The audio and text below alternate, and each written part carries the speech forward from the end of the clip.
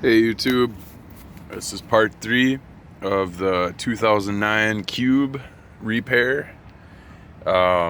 Just to recap, I have a running Cube now, and what failed was the ESCL, the electronic steering column lock mechanism. That is a commonly failed part on Nissan. This car in particular has been in for the recall, and Nissan repaired it and it failed again. So it was found dead in the driveway. I had it towed up to Nissan because I didn't know what was going on. Explained to the technicians that the key fob works, but it just won't start the car. Gave them all the symptoms, and they said, well, bring it in and we'll diagnose it. So $100 later, they tell me that it's a commonly failed item of this car that has actually been under a recall in the past. Some information they couldn't tell me for free over the phone. So I got to learn from a $140 tow truck ride up to the Nissan dealer, $100 for the diagnosis and $150 to get it back to my house. Because when they told me that this part alone would cost me $900 installed, I said hell no. So once I found out what the actual culprit was, I went on YouTube, and thankfully for the YouTubers, there was some information out there.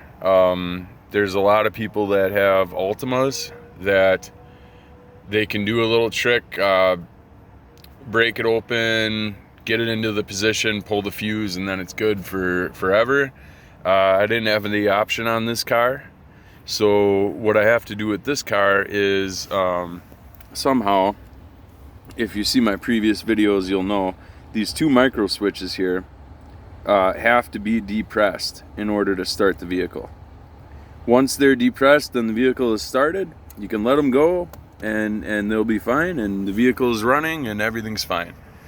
But unless they're depressed, the vehicle will not start. So if you look at my previous videos, you'll see this is part 3.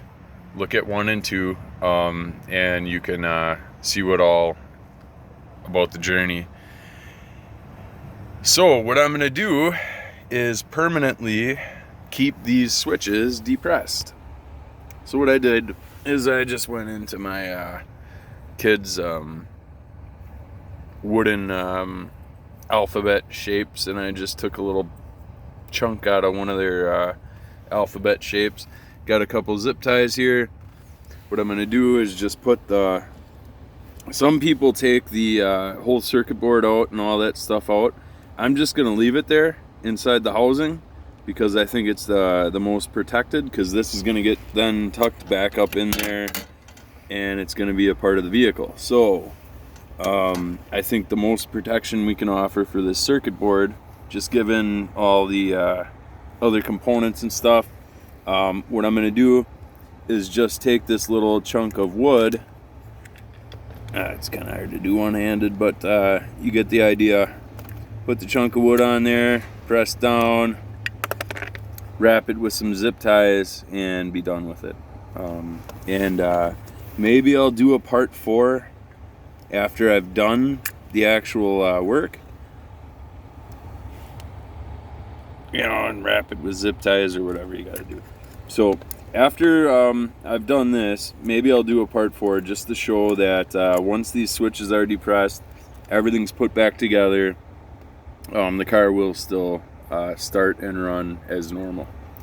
So thanks for watching, and like I've said previously, if you're watching this, you're probably having the same issue I am, and good luck.